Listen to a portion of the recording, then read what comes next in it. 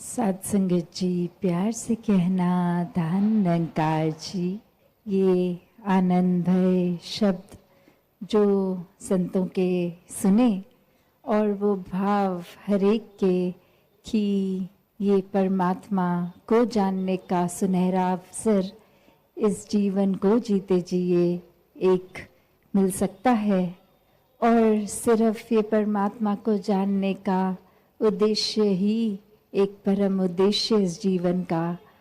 कैसे एक परमात्मा को जानकर इसको प्यार करके इसके एहसास में रहकर ही फिर वाकई ही मनुष्य जीवन एक सफल जीवन माना जाएगा।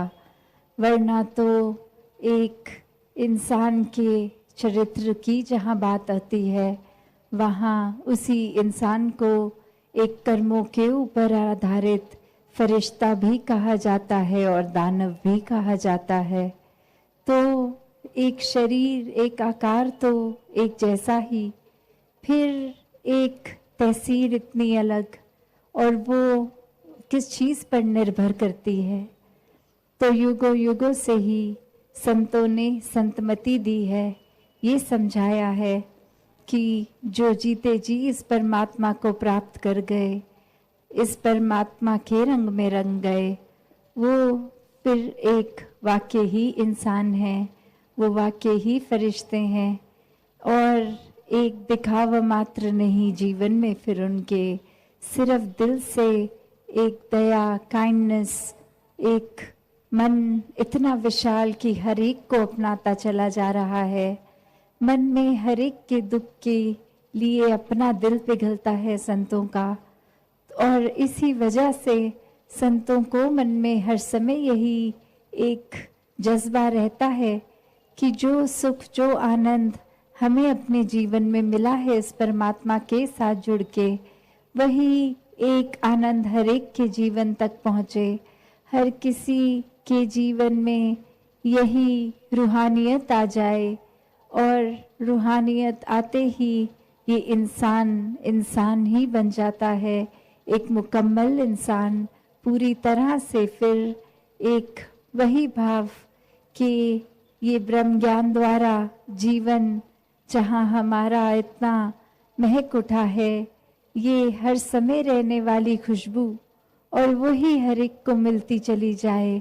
हर कोई एक अपने आप के अंदर सुकून का भाव महसूस कर सके और हर समय कर सके, कुछ पलों के लिए नहीं, हर पल के लिए।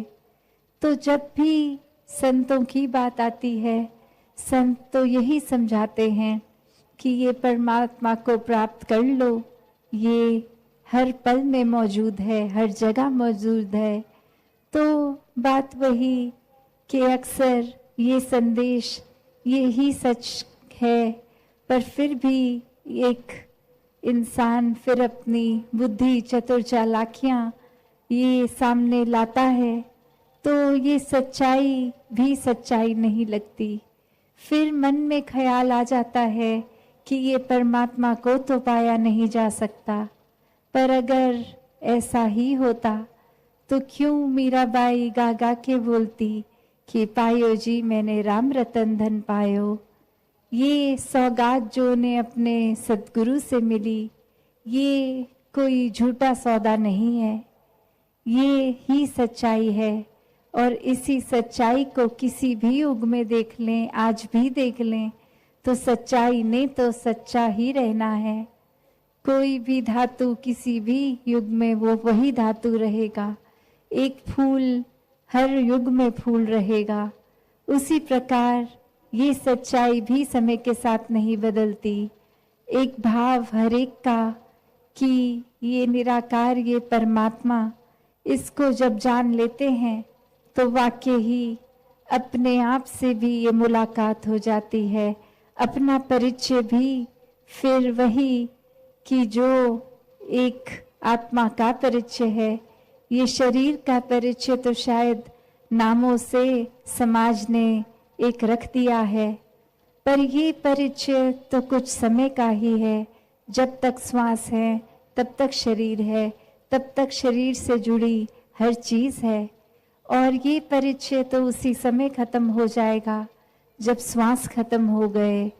तभी तो एक श्वासों की ये यात्रा खत्म होने पर कोई नाम से भी नहीं बुलाता, सब यही बोलते हैं कि इनका शरीर एक अपनी यात्रा पूरी कर गया है, वो शरीर छोड़ गए हैं, या एक वो बॉडी के नाम से, डेड बॉडी के नाम से जाना जाएगा, पर नाम से नहीं अपने। तो कितनी ये कड़ी, ये नाजुक, इतनी फ्रेजाइल ये श्वासों की लड़ी, और कैसे हम फिर भी ये सच जानते हुए भी कि ये जीवन समाप्त हो जाएगा, कैसे अपने हर दिन को अनदेखा कर देते हैं। जब भी कान में ये बात पड़ती है कि परमात्मा की प्राप्ति कर लो, इससे एक हर समय का एक सुख मिलेगा, वो संदेश कैसे हम आराम से अपने कानों से एक निकाल देते हैं, एक मन में नहीं बसाते। एक फिर कभी मुसीबत का समय आएगा तो याद आता है कि किसी ने कहा था परमात्मा को याद करो, पर अगर इस वजह से याद करेंगे तो वो सही मायने में याद नहीं, वो सही मायने में परमात्मा के प्रति प्यार नहीं। तो ये सुख दुख में प्यार तो वैसा ही रहना चाहिए, चाहे कोई भी परिस्थिति हो। तो बात वही कि मन अगर जिज्ञासु है, मन में इच्छा है, ये जिज्ञासु भक्त की अवस्था है, तो फिर बहुत ही आसान है वो ज्ञानी भक्त की अवस्था को प्राप्त करना, क्योंकि ये सिर्फ ब्रह्म ज्ञान द्वारा ये एक परिचय जब हो जाता है परमात्मा का, तो हर समय फिर इसी में मन लगता है।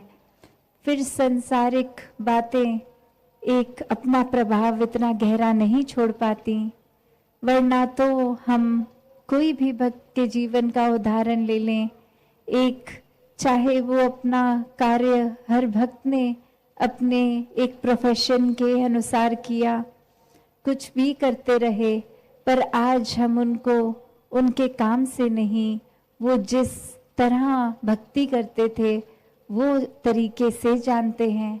और एक ये भाव फिर वो नहीं कि ये भक्ति किसी आर्थिक पहलू से जुड़ी है, नहीं, ये भक्ति तो भक्त के मन की अवस्था है जो डामाडोल नहीं होता।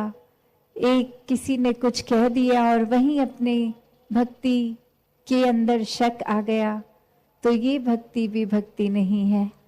किसी का कुछ रुतबा ऊंचा हो गया और मन में ये सोच आ गई कि हम इनसे ज़्यादा भक्ति करते थे, तो ये उपलब्धि हमें क्यों नहीं मिली। तो ये परिस्थिति में इस तरह की सोच भी फिर वाक्य में ही भक्ति नहीं है, क्योंकि भक्ति तो फिर एक फल स्वरूप एक भक्त को क्या चाहिए।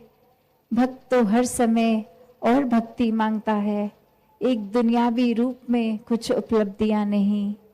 कैसे मन हर समय इस परमात्मा का हो जाता है, एक ये एहसास कि अब परमात्मा जीवन में है, तो इस परमात्मा ने जो भी करना है हमारी बेहतरी के लिए करना है, हमारे लिए वो अच्छा होगा। फिर जो अक्सर हम सुनते हैं कि क्यों, परंतु, इफ्स एंड बट्स, ये सारे ही सोच खत्म हो जाती है। फिर मन में ये सोच के साथ नहीं इंसान जीता कि हमने तो अच्छाई करी, उसके बदले हमें एक ऐसा क्यों बुरा किसी ने कह दिया। नहीं, वो अच्छाई किसी को कुछ दिखाने के लिए अच्छाई करी नहीं गई थी, वो अच्छाई इसलिए करी गई क्योंकि एक मन में अच्छाई है, और ये अच्छाई की उपज स्वयं ये परमात्मा ही है।